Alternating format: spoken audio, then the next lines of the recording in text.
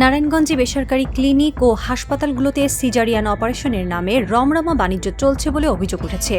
স্বাভাবিক প্রসবের সুযোগ থাকলেও নানা ভয় দেখিয়ে গর্ভবতী মা ও তার পরিবারকে সিজারের দিকে ঠেলে দেওয়া হচ্ছে। এতে একদিকে যেমন মায়ের স্বাস্থ্য ঝুঁকি বাড়ছে, অন্যদিকে সর্বশান্ত হচ্ছে নিম্ন ও মধ্যবিত্ত পরিবার। ভুক্তভোগী ও স্বাস্থ্য সংশ্লিষ্টদের মতে এর পেছনে মূল কারণ অর্থ। একটি স্বাভাবিক প্রসবে ক্লিনিকের আয় হয় ৫ থেকে ১০,০০০ টাকা, অথচ একটি সিজার করলে সেই আয় দাঁড়ায় ৫০,০০০ থেকে লক্ষাধিক টাকা, ক্ষেত্রবিশেষে আরও বেশি।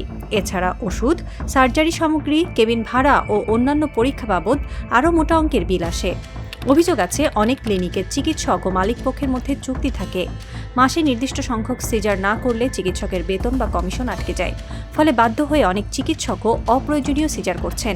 ডাক্তারখানা গেলে বলে যে হলো তোমার বাবু হলো পায়খানা করে ফেলে দিছে, পেটের ভিতরে পায়খানা খেয়ে নিছে, তোমরা হলো সিজার করো। একটা বাচ্চা হয়ে থেকে ওই সিজার হইলো আমার, আর এখন আমার মেয়েদেরও সিজার। কিছু হলে ডাক্তার বাড়ি গেলে কিনা তো ফুল রেস্টে থাকতে হবে। সিজারিয়ান হওয়ার প্রবণতাটা দিন দিন বেড়ে যাওয়ার বেশ কিছু কারণ আছে। তার মধ্যে উল্লেখযোগ্য হলো ক্লিনিক মালিকদের ব্যবসা।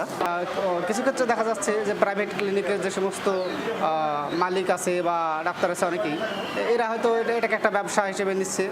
শহরের চাষাড়া, খানপুর, ডিআইটি ও সিদ্ধিরগঞ্জ এলাকার কয়েকটি ক্লিনিকের বিরুদ্ধে অভিযোগ পাওয়া গেছে। ভুক্তভোগীরা জানান, প্রসব বেদনা নিয়ে গেলে ডাক্তাররা বলেন বাচ্চার পজিশন ভালো না, পানি কমে গেছে, বাচ্চার নড়াচড়া কম, মায়ের প্রেশার বেশি। এসব বলে দ্রুত সিজার না করালে মা বা বাচ্চার ক্ষতি হবে বলে ভয় দেখানো হয়। আতঙ্কিত পরিবার তখন উপায় না দেখে সিজারে রাজি হয়। ফতুল্লার বাসিন্দা শাহানা বেগম বলেন, আমার সব রিপোর্ট ভালো ছিল। নর্মাল ডেলিভারির ডেটের 10 দিন আগেই ক্লিনিকে নিয়ে বলে বাচ্চা উল্টো হয়ে আছে, এখনই সিজার করতে হবে। পরে জানলাম আমার নর্মালেই হতো। ৭৫,০০০ টাকা বিল দিতে গিয়ে ধার করতে হয়েছে। বিশ্ব স্বাস্থ্য সংস্থার মতে কোনো দেশে মোট প্রসবের ১০ থেকে ১৫% বেশি সিজার হওয়া উচিত নয়, কিন্তু নারায়ণগঞ্জের বেসরকারি হাসপাতালগুলোতে এই হার ৭০ থেকে ৮০% বেশি বলে বেসরকারি পরিসংখ্যানে উঠে এসেছে। সরকারি হাসপাতালে এই হার অনেক কম।